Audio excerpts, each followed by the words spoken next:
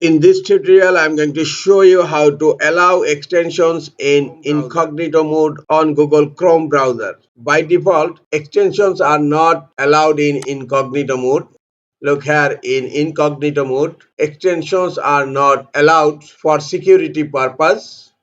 Now I am going to show you how to allow extension on incognito mode. You will find extensions icon on upper right corner. Click on extension icon and then you will find here manage extensions.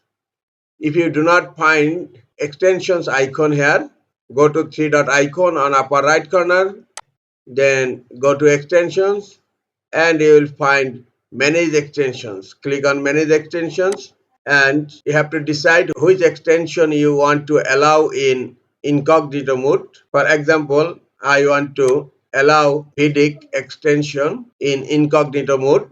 Click on details icon here, scroll down. Here you will find an option allow in incognito, and by default is turned off. Just click here to turn it on. Now this extension is allowed in incognito mode. Again, go to three dot icon and click on new incognito window, and now you will find here extension icon.